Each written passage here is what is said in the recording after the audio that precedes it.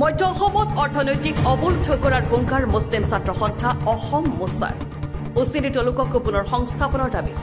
এই লোকসকলক ভাৰতীয় নাগৰিক উচ্ছেদিত লোকক বাংলাদেশেৰ নামত হাৰাশাস্তি বন্ধ কৰাৰ দাবী মোচাৰ সভাপতি আছিক ৰাব্বানীয়ে হুংকাৰ দি কয় যে মুছলমানৰ নিৰাপত্তাৰ দাবীত দিছপুৰৰ পৰা দিল্লীলৈকে প্ৰতিবাদ কৰিব মোচাই। উচ্ছেদৰ বিৰুদ্ধে বুঢ়াবুঢ়ীত মোচাৰ তীব্ৰ প্ৰতিবাদ। পুনৰ সংস্থাপনৰ ব্যৱস্থা নকৰি সকলো ধৰণৰ উচ্ছেদ বন্ধ কৰি ৰাখিব লাগে বুলি হুংকাৰ মুছলিম ছাত্ৰ সন্থাৰ। যিসকল ব্যক্তিক উচ্ছেদ কৰিব বিচাৰিছে সেইসকল ভাৰতীয় ভূমিহীন নাগৰিক।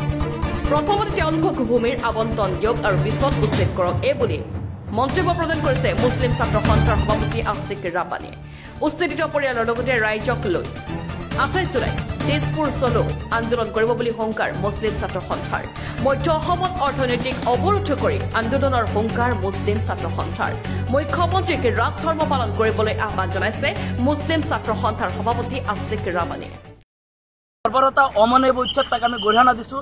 আমি বিচাৰিছোঁ যেন উচ্ছেদিত লোকসকলক প্ৰথমতে পুনৰসংস্থাপন কৰক, কাৰণ এই মানুহখিনি প্ৰকৃততে ভাৰতীয় নাগৰিক। ইয়াত কোনো বাংলাদেশী আহি পেলাই আশ্ৰয় লোৱা নাই।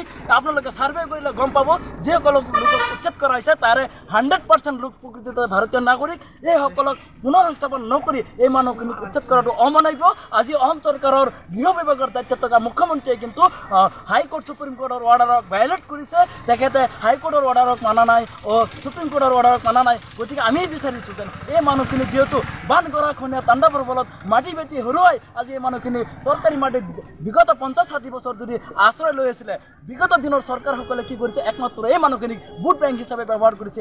আমি অসমৰ মুখ্যমন্ত্ৰীক আহ্বান জনাইছোঁ এই মানুহখিনিক আপোনালোকে মাটি পট্টা ভূমি পট্টা দিয়ক, কাৰণ এই মানুহখিনি প্ৰকৃতিত ভাৰতীয় নাগৰিক। ইয়াত কোনো বাংলাদেশীয়ে আহি পেলাই আশ্ৰয় লোৱা নাই, এনেও ইয়াত কোনো বহিৰাগত বা বিদেশী মানুহে আহি পেলাই চৰকাৰী মাটিত বসতি স্থাপন কৰা নাই। আমি বিচাৰিছোঁ এই মানুহখিনিক ভূমি পট্টা দিয়ক, লগতে যিসকল লোক উচ্ছেদ কৰিছে এওঁলোকক পুনৰ সংস্থাপন কৰক, কাৰণ এওঁলোক প্ৰকৃততে ভাৰতীয় নাগৰিক।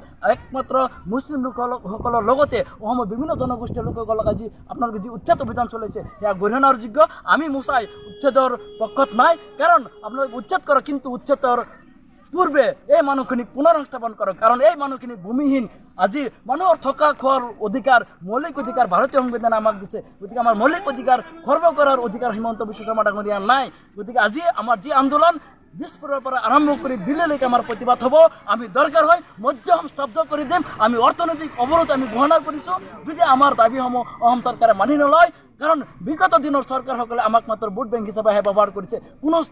বিগত দিনৰ কোনো চৰকাৰেই হওক বা সংখ্যালঘুৰ নামত যিসকলে মন্ত্ৰী বিধায়ক হৈছিলে তেওঁলোকে সদায় আমাৰ মুছলমানৰ লগত প্ৰতাৰণা কৰিছে। তেওঁলোকক আমি অগন্তুক 2026 নিৰ্বাচনত আমি তেওঁলোকক জবাবদিহি কৰিম। আমি তেওঁলোকক খেদি পঠাম, কাৰণ এওঁলোকে আমাৰ জনগোষ্ঠীয় লোকসকলৰ মাজত আজি তেওঁলোকে প্ৰতাৰণা কৰিছে। আজি হিমন্ত বিশ্ব শৰ্মা ডাঙৰীয়াই 26 নিৰ্বাচনী বৈতৰণি পাৰ কৰাৰ কাৰণে যি সাম্প্ৰদায়িক ৰাজনীতি কৰিছে সেয়া কোনো পৰ্যায়ত গ্ৰহণযোগ্য নহয়। শংকৰাজনৰ দেহত সাম্প্ৰদায়িক ৰাজনীতি কোনো পৰ্যায়ত গ্ৰহণযোগ্য নহয়। আমাৰ যি ভাতৃত্ববোধ সেয়া অটুট ৰখাৰ কাৰণে আমি আহ্বান জনাইছোঁ। অন্যথা হিমন্ত বিশ্ব শৰ্মা ডাঙৰীয়াই নৈতিক দায়িত্ব স্বীকাৰ কৰি তেখেতে পদত্যাগ কৰিব লাগে বুলি আমি দাবী উত্থাপন কৰিছোঁ, কাৰণ তেখেতে ৰাজধৰ্ম পালন কৰা নাই। বিগত দিনতো আমি দেখা পাইছোঁ যেন হিমন্ত বিশ্ব শৰ্মা নানান ধৰণৰ মন্তব্য কৰি মানুহখিনিক বিপদে পৰিচালিত কৰা দেখা গৈছে। গতিকে আমি আহ্বান জনাইছোঁ যেন মুখ্যমন্ত্ৰী ডাঙৰীয়া আপুনি নিজৰ মুখত লাগাম লগাওক, কাৰণ আপুনি মানুহখিনিক উচতনি দি আজি আমাৰ মনত বিভ্ৰান্তি কৰাৰ চেষ্টা কৰিছে। আজি একাংশই দেখা পাইছোঁ ৰাস্তা ঘাটত ঐৰামগড়ৰ পৰা বা মানুহখিনিক আপোনালোকে ৰাস্তাত তেওঁলোকক গাড়ী ৰখাই অপদস্থ কৰাৰ নৈতিক অধিকাৰ তেওঁলোকক কোনে দিলে, মৰাল পুলিচিং কৰাৰ তেওঁলোকৰ দায়িত্ব কোনে দিলে। গতিকে আমি আহ্বান জনাইছোঁ অসম চৰকাৰৰ গৃহ বিভাগৰ দায়িত্ব মুখ্যমন্ত্ৰীক যেন অসম পুলিচে সেই মানুহখিনিক ডকুমেণ্ট ভেৰিফাই কৰা নাই নেকি, তেওঁলোক প্ৰকৃততে বাংলাদেশী নেকি, যদি বাংলাদেশী আছিল ঐৰামগড়ৰ পৰা তেওঁলোকে কিয় বাংলাদেশত খেদা নাই। গৃহ বিভাগৰ দায়িত্ব থকা মুখ্যমন্ত্ৰী সম্পূৰ্ণৰূপে ব্যৰ্থ হৈছে, কাৰণ এই মানুহখিনি প্ৰকৃততে ভাৰতীয় নাগৰিক, এওঁলোক গৃহহীন ভূমিহীন। গতিকে আমাৰ আন্দোলন অবিৰতভাৱে চলিছে আৰু চলি থাকিব। বিচাৰিছোঁ যিহেতু এটা ঘৰ সাজোতে বহুত সময় লাগে। আজি বিগত 50-60 বছৰ মানে কৰ্ম কষ্ট ত্যাগৰ পিছত যদি এজন মানে ঘৰ ভাঙিছে আৰু সেই ভাঙাৰ বিনিময়ত যদি 1 কটা মাটি আৰু 50,000 টকা মই ভাবোঁ চাফিচিয়েণ্ট নহয়।